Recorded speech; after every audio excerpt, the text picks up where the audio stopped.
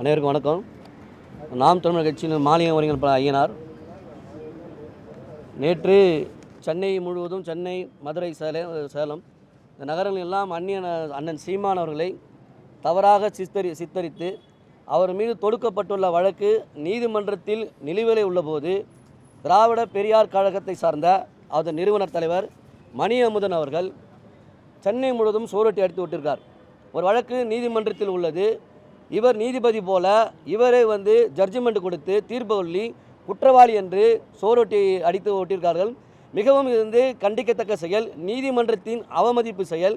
ஆகையால் அவர் மீதும் அந்த நிறுவனத்தின் மீதும் உடனடியாக நாங்கள் இப்போ நடவடிக்கை எடுக்க வேண்டும் என்று மதிப்புமிகு சென்னை காவல் ஆணையரிடம் நாங்கள் புகார் கொடுத்துள்ளோம்.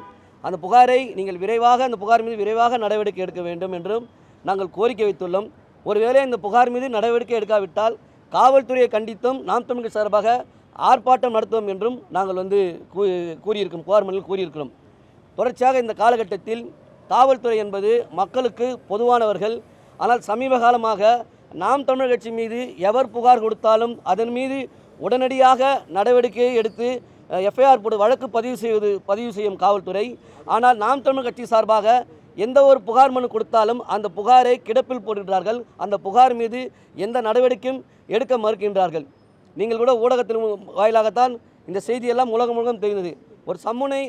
ஒரு வழக்குன்னு சம்மனை அண்ணன் வீட்டில் வலசரவாக்கம் காவலர்கள் கொடுத்துவிட்டு செல்லும் பொழுது, இல்லை அவர் கொடுத்துவிட்டு தான் செல்ல வேண்டும், அப்படி எங்கள் அந்நியார் இருக்கும்பொழுது அவர்களும் கொடுக்காமல் வீட்டின் கதவில் சம்மனை ஒட்டியுள்ளார்கள். ஆனால் நீலாங்கரை ஆய்வாளர் திரு பிரவீன் ராஜேஷ் அவர்கள் சம்மனை கிழித்ததற்காக எங்கள் அண்ணன் பாதுகாவலரை மிக கேவலமாக அடித்து துன்புறுத்தி சாதிய பேரை இழிவாக சொல்லி வன்முறை ஆட்டத்தை கையாண்டார். காவல்துறை இது போன்ற நடப்பது எங்களுக்கு வருத்தம் அளிக்கிறது.